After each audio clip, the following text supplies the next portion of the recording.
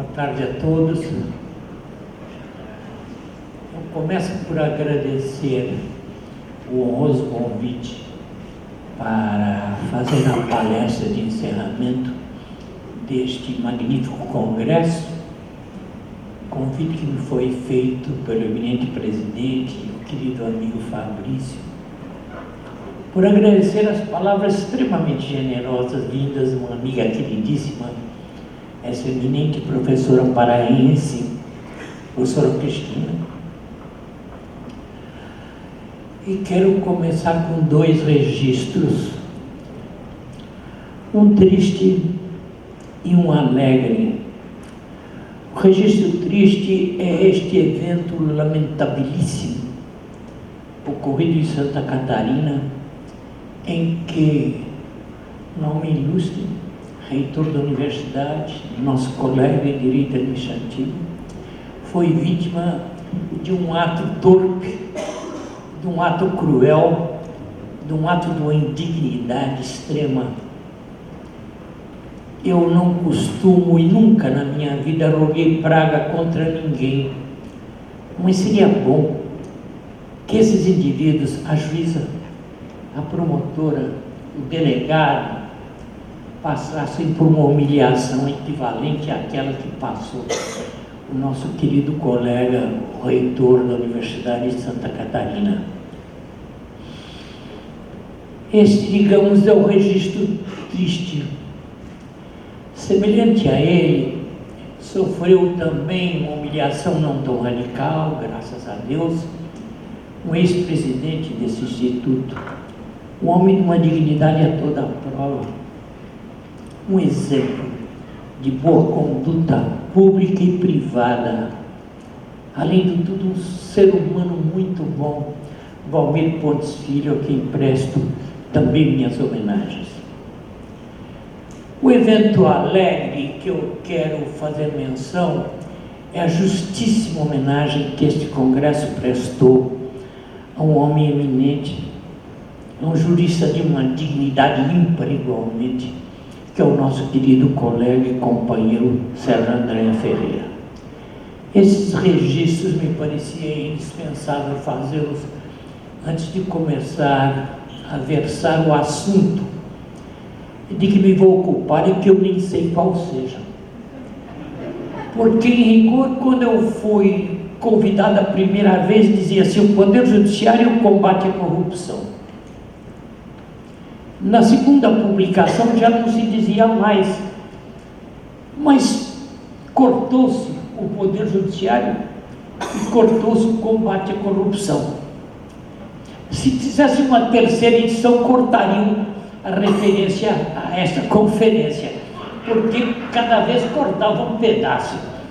Talvez fosse o ideal esse último corte que não chegou a haver. Mas já que não houve esse corte, eu vou entender que me foi dada a liberdade em relação ao tema. Esse congresso, e eu compareci a todos, me lembro como se fosse hoje, do dia em que no Paraná, por sugestão, na verdade, de um tributarista, de um constitucionalista, o professor Geraldo Atariba, foi fundado o Instituto Brasileiro de Direito Administrativo. A sugestão foi dele. Ele chegou para mim e disse: Celso, a hora ideal para fundar esse instituto. Falei com o Sérgio, que estava presente, e falei com o Sérgio Ferraz, que também estava presente, e disse: olha, essa ideia parece muito boa.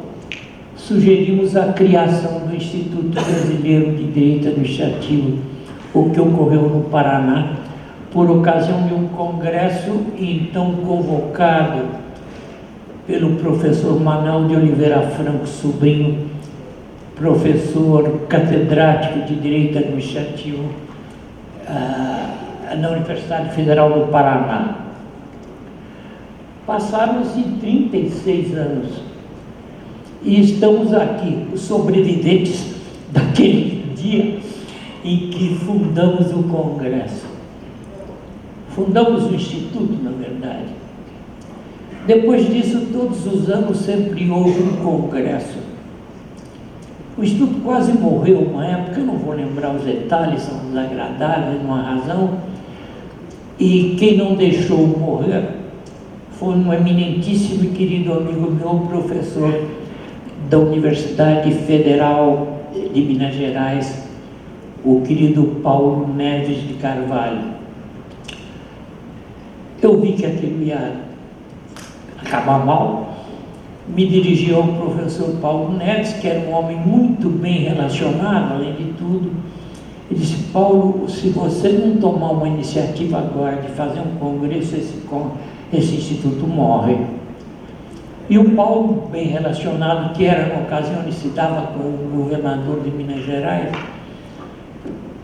o Paulo fez um congresso monumental em Minas, monumental realmente.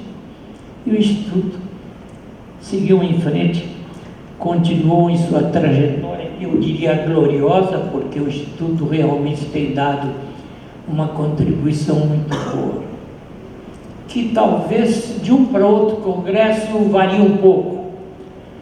Nesse congresso eu diria que a preocupação básica, no meu modo de entender e com todo o respeito pelos que pensem de modo diverso, não foi tanto o direito administrativo, foi a ciência da administração. As grandes indagações foram: isso está certo, está errado, como é que faz para melhorar? Essas foram as grandes indagações. Não foram: isso é lícito, isso não é lícito, isso é constitucional, isso não é constitucional. Em rigor, as indagações do direito se resumem a 3 tópicos, segundo a minha maneira de ver. O tema da existência, o fato jurídico, fato ou ato, naturalmente. O tema da eficácia e o tema dos efeitos correspondentes ao dado ato. São os 3 temas, não há 4 temas de direito, no meu modo de entender. Esses são apenas os temas. Logo, se fôssemos resumir apenas ao direito, nós teríamos que nos perguntar: existe ou não um instituto tal? Ele é válido ou não? E quais os efeitos dele? Só. Mas todos sabemos que o jurista que fosse apenas um homem com preocupação jurídica seria um ser humano muito pobre. As nossas preocupações vão muito além disso. E entre elas a de saber se o instituto tal ou qual está funcionando bem ou mal. Aqui falou-se muito na reforma administrativa. Por que reformar alguma coisa? Por que fazer uma reforma da administração? O pressuposto é que se quer que melhore o comportamento da administração. É isso que se quer. Logo, a pergunta fundamental seria: a reforma administrativa fez com que melhorasse a nossa administração? Ela é mais eficiente ou menos eficiente do que era antes? É essa a pergunta. E através de que pautas, ou por meio de que pautas, nós iremos julgar se melhorou ou piorou? No caso brasileiro, isso não é difícil, porque a própria Constituição se incumbe de identificar o que é que tem que ser feito. Porque a Constituição nos diz quais são os objetivos fundamentais da República Federativa do Brasil. Esse é o artigo mais importante da Constituição, disparadamente o mais importante, que é o artigo 3º. Ele diz: constituem objetivos fundamentais da República Federativa do Brasil: 1. Construir uma sociedade livre, justa e solidária. 2. Garantir o desenvolvimento nacional. 3. Erradicar a pobreza e a marginalização e reduzir as desigualdades sociais e regionais. 4. Promover o bem de todos, sem preconceitos de origem, raça, sexo, cor, idade e quaisquer outras formas de discriminação. Eu vou salientar, dentre esses objetivos fundamentais da República Federativa do Brasil, o inciso 3, erradicar a pobreza e a marginalização e reduzir as desigualdades sociais e regionais. Por que eu vou salientar esse inciso 3, por razões, eu diria, quase que óbvias. Por todo o texto constitucional, perpassa esse mesmo tipo de preocupação. E é um ponto tal que no artigo 170 está novamente reproduzida essa preocupação. O artigo 170, que é o que trata no título da ordem econômica e financeira, dos princípios gerais da atividade econômica, ele nos diz que a ordem econômica, vamos prestar atenção em cada palavra, fundada na valorização do trabalho humano e da livre iniciativa. Veja-se que ele não diz fundada na livre iniciativa e na valorização do trabalho humano. Ele diz na valorização do trabalho humano e da livre iniciativa. Tem por fim assegurar a todos a existência digna, conforme os ditames da justiça social, observados os seguintes princípios. Eu pulo os outros e vou para o 3. Eu vou para o 7. Redução das desigualdades regionais e sociais. Veja-se que é a repetição do artigo 3º com inversão apenas da ordem. Primeiro dizia-se redução das desigualdades sociais e regionais, aqui se diz redução das desigualdades regionais e sociais. A Constituição brasileira já tem um tempo de vida razoável. Que eu me lembre, só houve um único presidente na história da República Federativa do Brasil que fez alguma coisa em prol desses objetivos. Desse que consta do inciso 3 do artigo 3º e que consta do inciso 7º do artigo 170. Foi o presidente Luiz Inácio da Silva Luna. Todos sabem que foi o único que promoveu a redução das desigualdades sociais e redução das desigualdades regionais. Isso, goste-se ou não se goste, seja-se de direita, de esquerda, de centro, de meia, ninguém negará que foi o primeiro presidente na história do Brasil em que esses objetivos fundamentais da República Federativa do Brasil foram cumpridos, ao menos parcialmente, mas foram. Pela primeira vez na história do Brasil. Até se poderia dizer, como ele diz, e os outros querem ridicularizar, pela primeira vez na história, pode-se dizer a respeito disso, pela primeira vez na história do Brasil, esses objetivos foram buscados. Pois bem, meus amigos, existe, portanto, um critério que é dado pelo artigo 3º para sabermos se a atividade da administração está igual, melhor ou pior. O critério para avaliar a reforma administrativa e, portanto, todos os institutos criados por ela, é saber se ele contribuiu, de algum modo, para a realização desses objetivos ou se, pelo contrário, não fez diferença nenhuma quanto ao cumprimento desses objetivos ou quanto à velocidade do cumprimento desses objetivos. Porque aqui, é claro que não se pode discutir o propósito de realizar ou não esses objetivos, que é obrigação constitucional. Isso que está na Constituição não é um conselho, não é uma exortação, não é um convite, é uma imposição. A Constituição impõe, a Constituição não exorta. A Constituição é a regra máxima do sistema.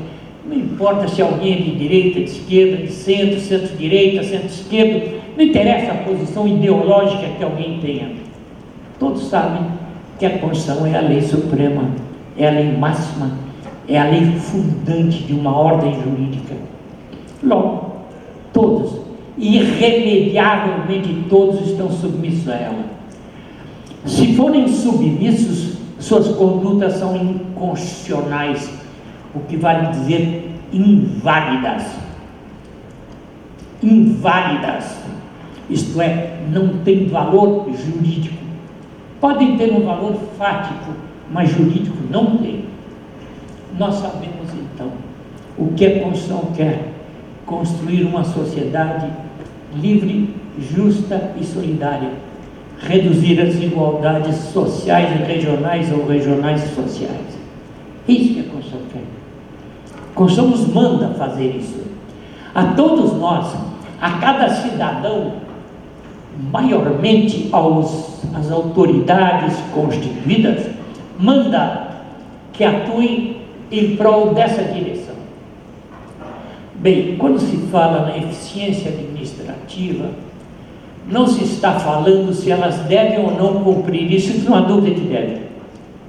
Fala-se outra coisa: se ela está equipada, preparada para realizar isso de um modo melhor ou pior. Essa é a pergunta. Toda reforma administrativa, seja ela qual for, inspire-se nos valores tais ou quais técnico-administrativas. Esse é o propósito: cumprir os objetivos constitucionais. Eu me perguntaria se a reforma administrativa concorreu para maior eficiência da ação administrativa, ou se não concorreu para maior eficiência administrativa. Se ela diminuiu os problemas que a administração tinha, ou se ela aumentou os problemas que a administração tinha. Se ela criou mais dificuldades, inclusive jurídicas, ou se ela diminuiu essas dificuldades. Eu vou agora recuar no tempo muitíssimo, porque eu vou lembrar quais são as matrizes dos sistemas jurídicos do mundo ocidental. São duas. Ou é a matriz do Corpus Juris Civilis, ou é a matriz que veio de Roma, que em rigor nem era de Roma, porque o Corpus Juris Civilis, como sabem, foi feito pelo Império Romano do Oriente, ou seja, foi feito pelos árabes. Nós que nos achamos os herdeiros da civilização ocidental e que gloriamos muito o que vem dos europeus, parece que esquecemos que o Corpus Juris Civilis foi produzido por árabes e que os grandes juristas da época, Papiniano, Gaio, Justiniano, eram naturais, um do Líbano, outro da Tunísia, cada um de uma parte do mundo árabe. Esses eram os nossos grandes juristas. Foram os homens que fizeram o Corpus Juris Civilis. O verdadeiro nome deles, verdadeiros nomes em geral, não eram esses nomes, eram nomes árabes. A origem deles não é Roma, a origem deles é Líbano, Síria e outros países do mundo árabe. Nós costumamos fechar os olhos às nossas origens e à nossa civilização. Como todos sabem, o direito romano, sobretudo este direito romano, que é o que vem do Corpus Juris Civilis, é um direito que influenciou sobretudo os países europeus, enquanto houve uma outra matriz, que é do direito inglês. A matriz do direito romano, a matriz do direito dos países ocidentais, como nós que fomos colonizados por Portugal, a matriz é o direito romano do Oriente, é o Corpus Juris Civilis. A matriz do outro direito, que é o direito inglês, que foi copiado pelos norte-americanos, é uma matriz profundamente individualista, típica dos bárbaros, dos povos bárbaros. Todos sabemos isso, não é novidade para ninguém. Eu estou apenas lembrando aquilo que todos estamos fartos de saber. A matriz é outra, é uma matriz individualista que vem dos povos bárbaros. No mundo contemporâneo, um dos países mais primitivos do mundo, mas mais ricos do mundo, os Estados Unidos da América do Norte, mais poderosos militarmente e economicamente, tem uma influência imensa. E por essa influência imensa surgiu esta ideia, digamos, de privatização. A privatização é fruto imediato da influência cultural de um país muito primitivo, que são os Estados Unidos da América do Norte. Poderoso, militar e economicamente, rico, e por isso ele captura os cientistas mais competentes do mundo, até do ponto de vista militar. O que eles fizeram de mais poderoso é obra de gente de outro mundo. Ninguém ignora que os foguetes foram concebidos por Wernher von Braun. Ninguém ignora que a bomba atômica tem entre seus pais Enrico Fermi, italiano. Ninguém ignora que eles tiveram essa sabedoria, não se negue, de importar cérebros poderosos para poder exibir para o mundo um certo progresso. O que eles podem exibir de melhor para o mundo, ou de mais importante para o mundo, digamos assim, para a dominação que afinal conseguiram impor, não é fruto de uma cultura deles. Nem podia ser. Dificilmente um povo primitivo conseguiria produzir uma cultura maior. Eles têm que repetir aquilo que foi feito por povos muito mais evoluídos do que eles. Por influência dos Estados Unidos da América do Norte, essa ideia de privatização, essa ideia de acordo com os particulares, ganhou corpo. E eu volto a perguntar a minha pergunta inicial, que eu acho crucial.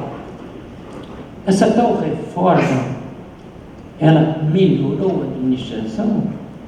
Ou ela não melhorou nada? Ou ela até facilitou a corrupção?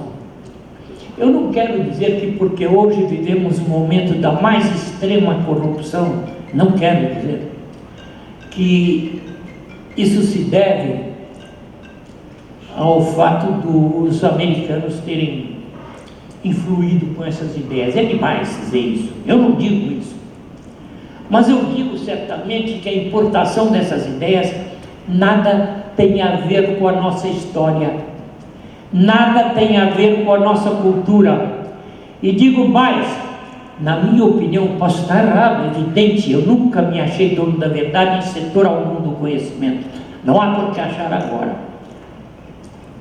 Na minha opinião, que pode estar errada, essa reforma administrativa não trouxe melhoria nenhuma. Se dependesse de mim, essa lei da reforma administrativa tinha sido abolida.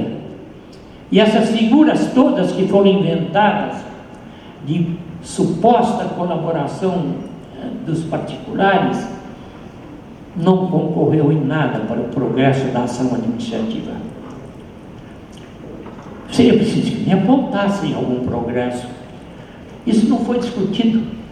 Se houve ou não houve progresso, em que houve e em que não houve, pelo contrário, houve notícias em que a privatização concorreu, como no caso da saúde em São Paulo, por um fracasso do segmento da saúde. Ele piorou. Os particulares, seguindo a lógica do particular, que é essa, qual é a lógica do particular? Eu não estou censurando essa lógica, estou dizendo que é ganhar dinheiro. O que os particulares querem é ganhar dinheiro, o objetivo deles é ganhar dinheiro. E é algo absolutamente legítimo num regime capitalista, num regime que aceita a livre iniciativa. Então eles vão atrás de ganhar dinheiro, e para chegar lá, eles são capazes muito facilmente de passar em cima de preceitos morais. O Estado não tem essa lógica. A função do Estado não é ganhar dinheiro. Essa não é a função dele. Nem sociedade de economia mista, empresa pública, são capitalistas mais no sistema. Não são. A razão deles existirem é outra. É simplesmente suplementar insuficiências da iniciativa privada, da iniciativa pública. Onde a atuação do Estado se revelar insuficiente, é preciso recorrer a quem possa dar um impulso a essa atuação. Isso sim, é preciso dar esse impulso. E aí, se os particulares quiserem ganhar dinheiro com isso, que ganhem. Mas o objetivo não é esse.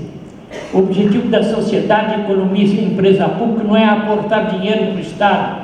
O dinheiro do Estado ele aporta pela via tributária. É só abrir a Constituição e ver o que a Constituição diz a respeito da atuação dos particulares. É pegar o artigo 170, meu Deus, e ver o que esse artigo diz, 173, o que esse artigo diz a respeito da atuação do Estado na esfera econômica. Vejamos, ressalvados os casos previstos nessa Constituição, ressalvados os casos previstos nessa Constituição, que mostra que é exceção.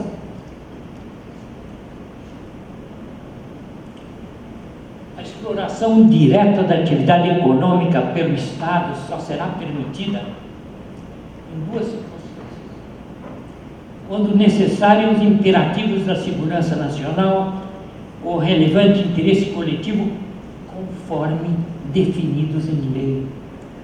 É preciso que se trate de um relevante interesse coletivo ou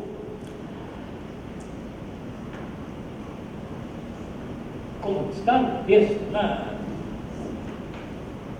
como está expresso no texto,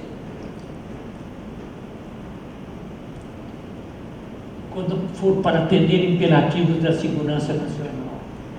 Só nesses dois casos é que cabe a intervenção do Estado na esfera econômica. Portanto, a intervenção do Estado na esfera econômica não é um instrumento a mais para ganhar dinheiro.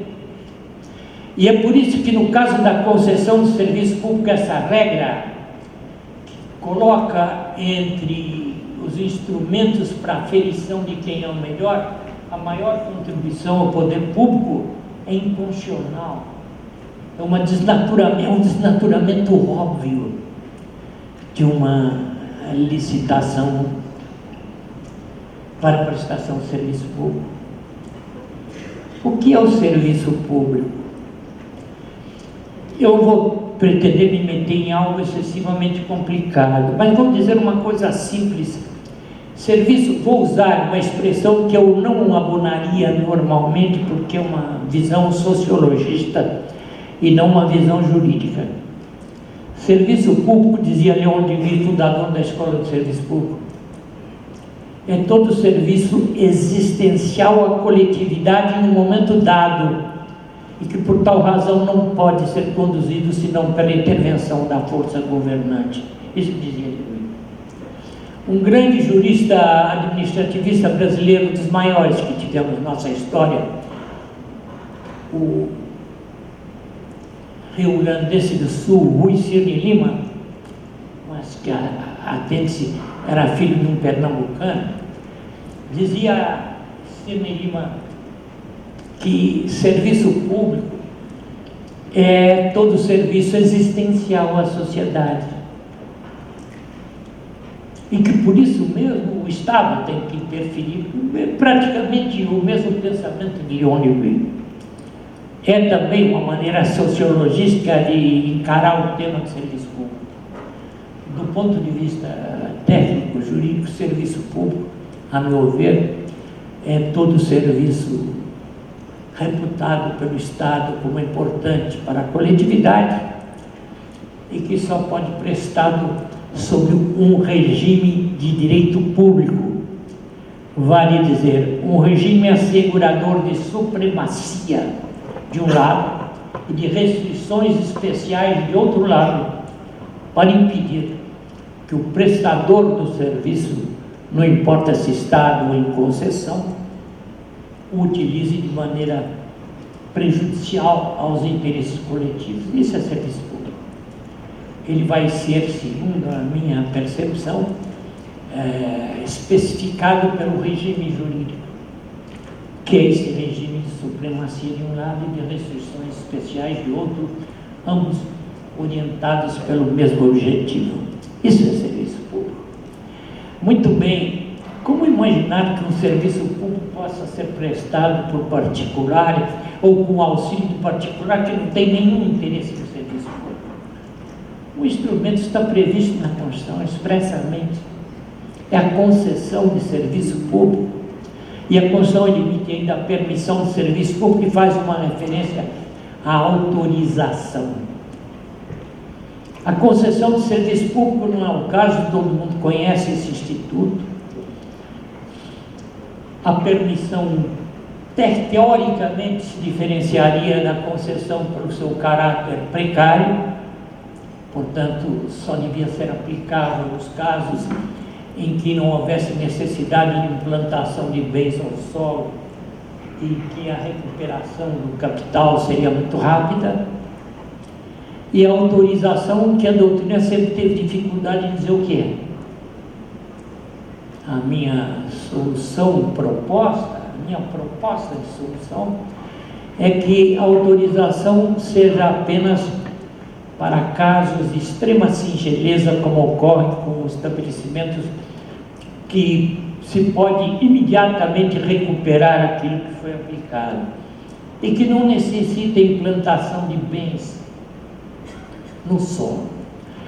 A Constituição tem as vias previstas pelas quais uma atividade vai ser facultada aos particulares.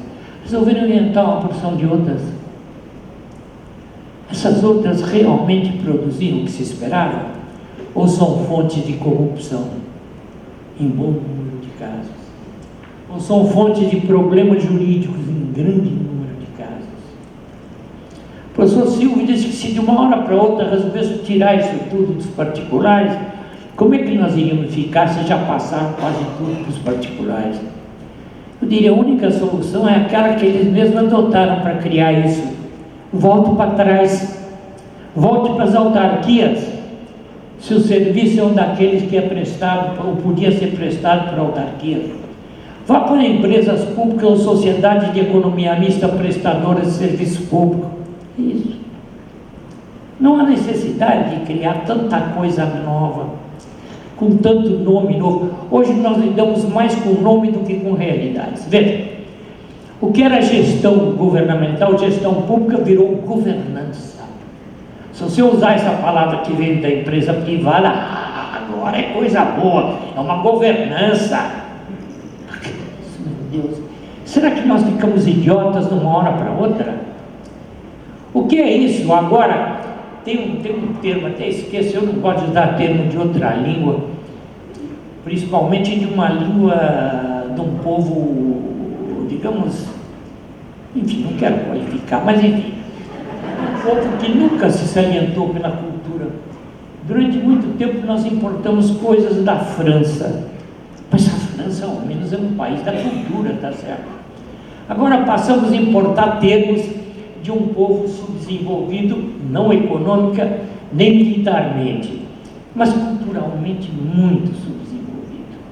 Então é governança, tem uma palavra que eu esqueço agora, compliance. Agora é compliance, meu Deus, que coisa evoluída que é.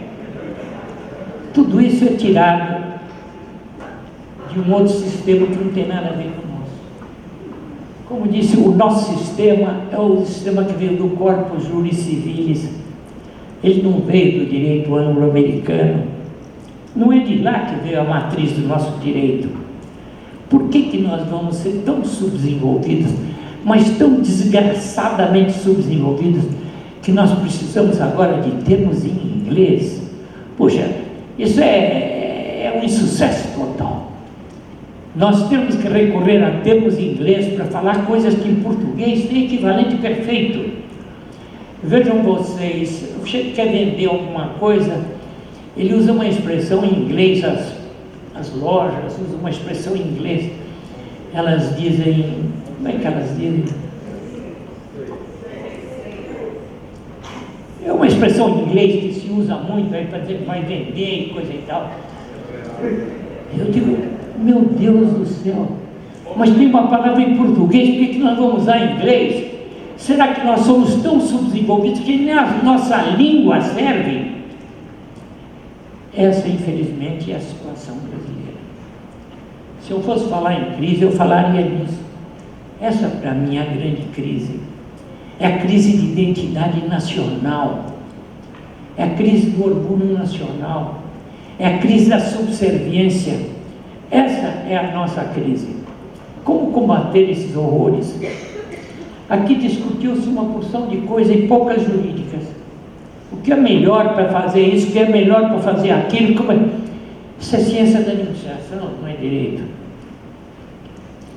Direito pergunta se algo existe, se existe, em que termos existe e quais os efeitos das medidas praticadas com base. Isso aqui é direito. Nós estamos renunciando até a nossa temática própria, meu Deus do céu. Alguém pode dizer, mas que pobre indivíduo que souber apenas direito. Estou de acordo. Se alguém abrir um livro meu, pode dizer, bom, mas você faz algumas considerações que não são jurídicas. Faço. Eu estou de acordo que pobre sujeito é aquele que só enxerga o horizonte do jurídico, mas nenhum.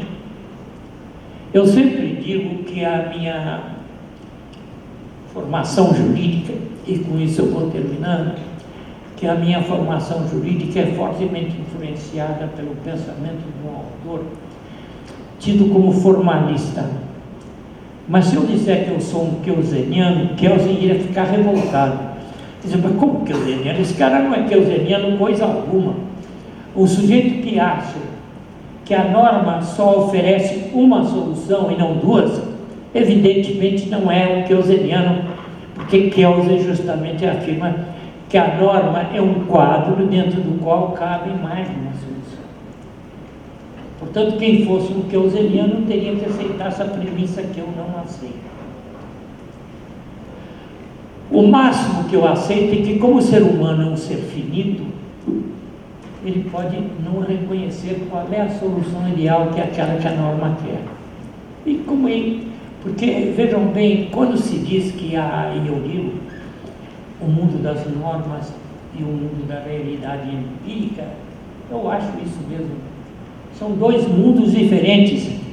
E poderia até dizer mundos incomunicáveis em si. Mas eles têm uma comunicação importantíssima. É que as normas e os princípios jurídicos não caem em cima da realidade por si próprios, não. Eles dependem de uma intervenção humana. E o homem não está nesse mundo, que é o zeniano do dever ser, ele está no mundo do ser. E como ele está no mundo do ser, ele sofre todos os influxos do mundo do ser. Se não sofresse, ele era um perturbado mental. Quem não sofresse nenhuma influência do mundo do ser seria um perturbado mental. Logo, o aplicador do direito, seja o juiz, seja o administrador, o próprio intérprete, é alguém que está imerso no mundo do ser. Portanto, imerso em todas as contingências que o mundo do ser impõe ao indivíduo. E a hora que ele interpreta, a hora que ele aplica a norma como juiz ou como administrador, ele vai evidentemente refletir tudo aquilo que influi sobre ele, tudo aquilo que é próprio do mundo do ser. Essa é a comunicação possível, existente entre esses dois mundos. Isso nos faz com que esses mundos se reduzam a um só, mas faz com que a compreensão do mundo do dever ser seja feita à luz da realidade do aplicador, que é alguém que está imerso no mundo do ser. É isso, meus amigos. Na minha visão é isso. Portanto, eu creio que quem trata com direito tem que ter presente essas duas realidades. Que a realidade do mundo do dever ser é uma. E é preciso não confundir. Por exemplo, quando houve o golpe militar, eu pessoalmente tinha horror ao golpe. Como eu tenho horror a qualquer ditadura, seja de direita, de centro, de esquerda, de meia, para mim, se a ditadura não presta. Se elimina a liberdade humana, ou se propõe a eliminar a liberdade humana, não presta. Realmente não presta. E o Poder Judiciário nisso tudo? Nós estamos vivendo um momento muito ruim do Poder Judiciário. Para mim, um dos piores que eu me lembro. Porque no tempo do golpe militar é o golpe, era às claras, é assim, e acabou-se. Hoje não. Hoje, teoricamente, os juízes, e nós temos alguns dos melhores juízes do país. O Luiz Manuel, o Silvio. São dois dos maiores, esse rapaz, esse desembargador que esteve agora aqui, uma das pessoas mais notáveis do judiciário. Claro que o judiciário tem pessoas notáveis, pessoas que honram o judiciário. Vejam bem, eu não tenho nenhuma prevenção contra o Poder Judiciário. Meu pai foi desembargador pelo 5º Constitucional. Meu bisavô foi desembargador do Tribunal da Relação, que era o nome anterior dos Tribunais de Justiça. A minha família é uma família envolvida com direito.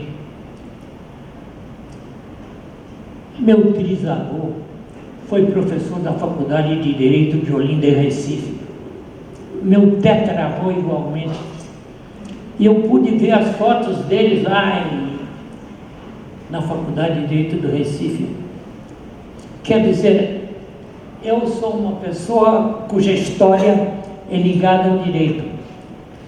Portanto, eu tenho pelo direito muito apreço, normal diante dessa circunstância, não é? Eu tenho um apreço, eu tenho um respeito pelo direito, mas eu sei que ele é cada vez menos respeitado.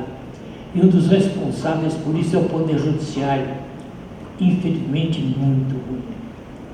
O nosso Supremo Tribunal Federal dá mostras com grande frequência de um desrespeito ao cidadão, à cidadania.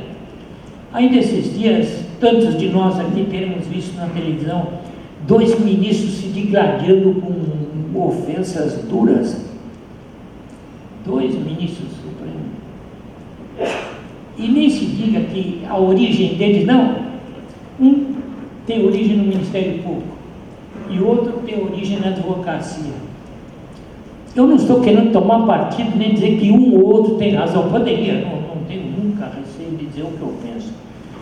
Mas não é isso que eu quero no momento. Eu quero chamar a atenção para uma falta de respeito, uma vergonha.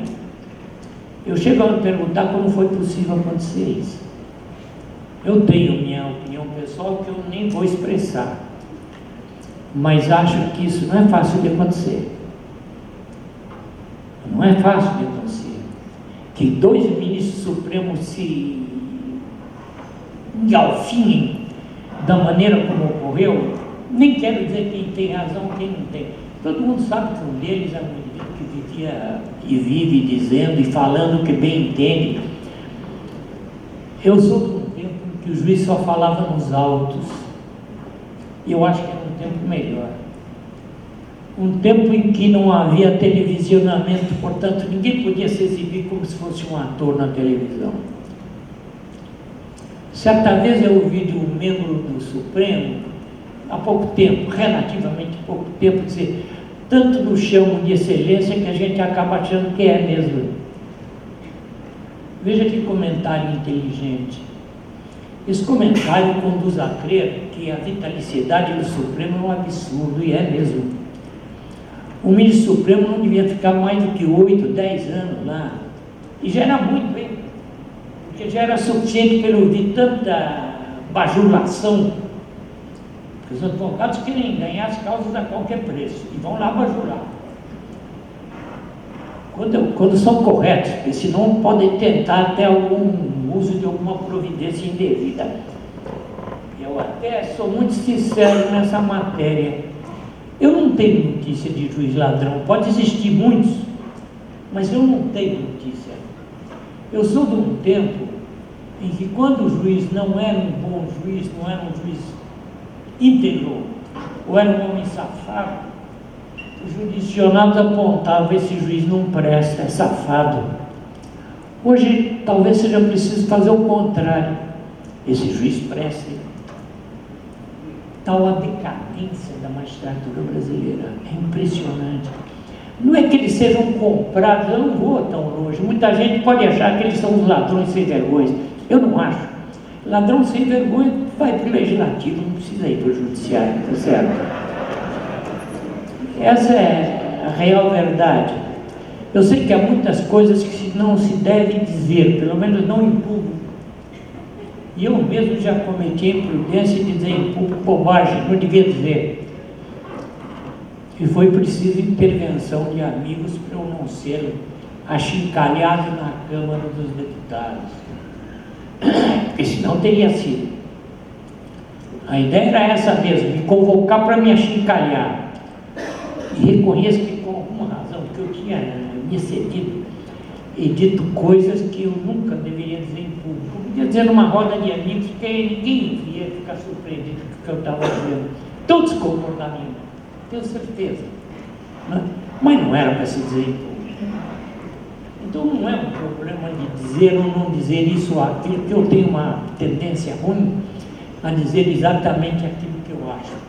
Eu digo tendência ruim porque isso pode ter para a pessoa consequências desagradáveis muitas vezes.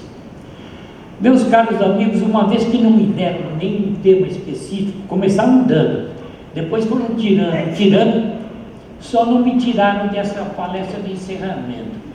O que lhes criou essa situação de ouvir todas essas coisas que eu estou lhes dizendo com tão desabridamente. Meus prezados amigos, meus prezados colegas, eu me sinto extremamente feliz de estar nesse congresso. Isso me permitiu, no mínimo, me desopilar quanto à injustiça gravíssima que foi feita com relação ao juiz do Paraná. Mas eu posso me perguntar por que foi feita essa injustiça? Porque houve um outro juiz de Santa Catarina, houve um juiz do Paraná, um juiz, chamado juiz, pelo menos tem o título de magistrado no Paraná, que se excede na violação de direitos individuais diuturnamente. O que o Supremo faz? Bota esse cara para fora aos pontapés? Não. O que ele faz? Nada. E o indivíduo continua desaforadamente a violar direitos e garantias individuais quase todo dia. Para ele é normal, ele não se acanha. Eu não vou, eu disse que ia encerrar, eu vou encerrar. Não vou reler pedaços da Constituição que dizem que a tortura é proibida, que dizem que o prisioneiro tem o direito de ficar calado. Nós teríamos que mudar a Constituição, tem o direito de ficar calado, a menos que o juiz queira mantê-lo preso até que ele diga o que o juiz quer que ele diga, que é a situação que virou no Paraná. E já tem os palhaços querendo imitar essa besteira. Você não tem que prender alguém para se alguém confessar, não existe isso. A Constituição proíbe. O preso tem o direito de ficar calado, está escrito na Constituição, mas ele não pode ficar. Teria que acrescentar, salvo se o juiz determinar que ele vai ficar, até que ele diga o que o juiz quer que ele diga. É proibida a tortura, mas não se considera tortura prender o indivíduo em condições insuportáveis e ele ficar sem liberdade e fica lá. Não, isso não é tortura. O que é isso? É um carinho que foi feito com essas pessoas. Que nome se dá isso? Prender um indivíduo e deixar ele ficando preso, vai ficando aí. É uma tal de prisão preventiva, temporária, os nomes variam. Mas o sujeito vai ficando preso. Se isso não é tortura, o que é tortura, meu Deus? Daqui a pouco nós vamos nos achar o direito de pegar algum desafeto, levar para um quarto, fechar o cheiro e dizer, você fica isso, não é tortura. Nós só queremos que você nos diga isso ou aquilo, ou que nos dê essa importância ou aquela, isso não é tortura. Quer dizer, essa Constituição, que é uma das mais lindas do mundo, essa é a Constituição peruana e a Constituição boliviana, são algumas das Constituições mais notáveis que eu conheço. Mas precisa de ser cumprida, se não é. A realidade não se resolve com palavras escritas na lei ou na Constituição. Nós temos uma porção de institutos, agora tem todos os institutos da reforma administrativa. O que aconteceu com eles, meu Deus? A nossa administração mudou. Os particulares são tão melhores assim do que o poder público e agem tão desinteressadamente e com espírito tão superior. Muito obrigado.